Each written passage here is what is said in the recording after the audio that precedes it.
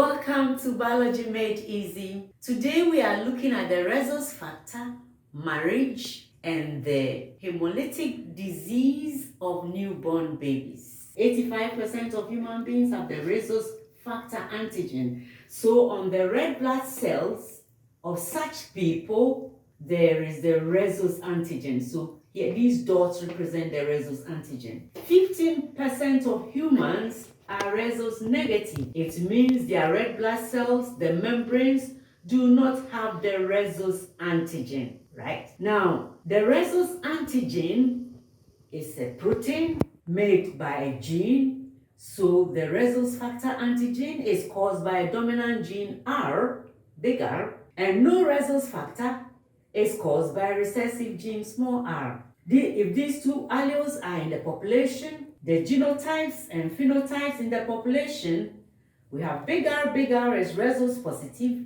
big R, small r is also rhesus positive, small r is rhesus negative. Now, this talks about the rhesus antigen. What about the rhesus factor antibody? The rhesus factor antibody is not normally in blood, but when a rhesus positive gives blood to a rhesus negative person, the rhesus negative blood will form antibodies to react with the rhesus positive blood that came. With this information, let's look at what happens during marriage. A rhesus positive man marries a rhesus negative woman. Rhesus positive, if it's homozygous, this is his genotype, this is her genotype, these are the gametes.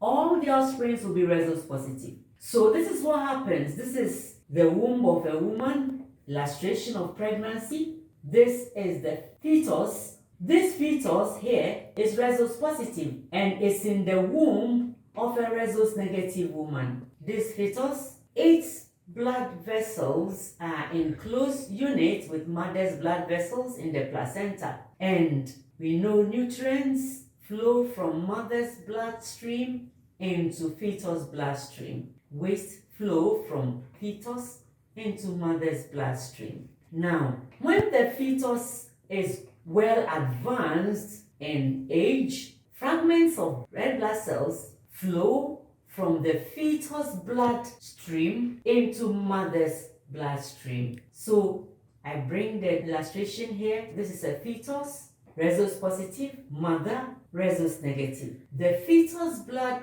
fragments flow into rhesus negative mother's blood. And you know, rhesus negative blood with the rhesus positive come in mother's blood will make rhesus antibodies, and these rhesus antibodies will go back into fetus blood and react, attacking fetal blood cells, destroying blood cells, and so causing jaundice because the blood cells are broken down.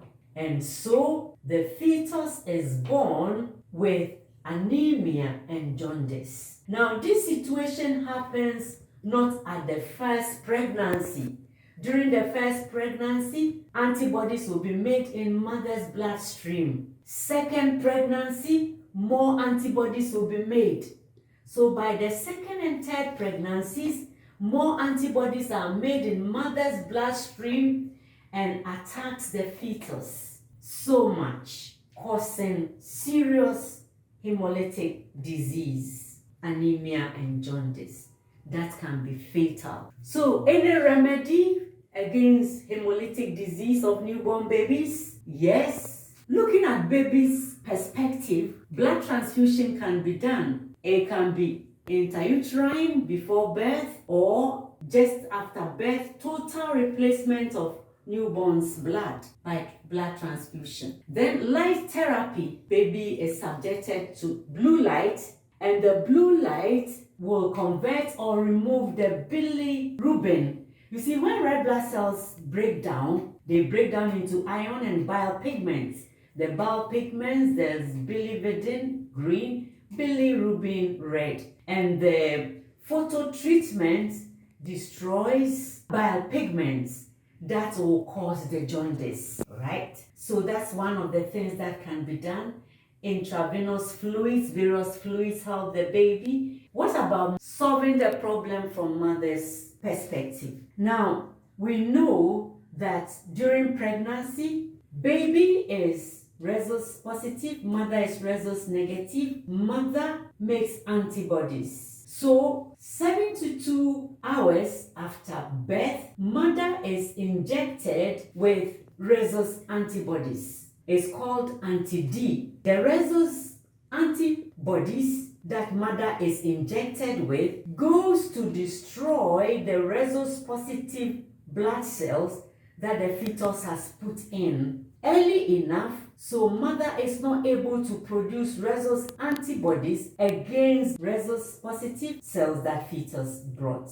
And so that prevents mother from building more antibodies with pregnancies. So future fetuses will not suffer so much and cause the hemolytic disease. So anti-D antibodies are injected into mother 72 hours after birth so that the Rhesus positive blood cells that fetus has brought, the anti-D, which is antibodies, will destroy them, all right, before mother has time to form antibodies. And that prevents antibodies building up in mother, especially against future babies. There can also be remedy even before marriage. Women of blood group O, Rhesus negative, can marry men of any blood group easily without any problem, except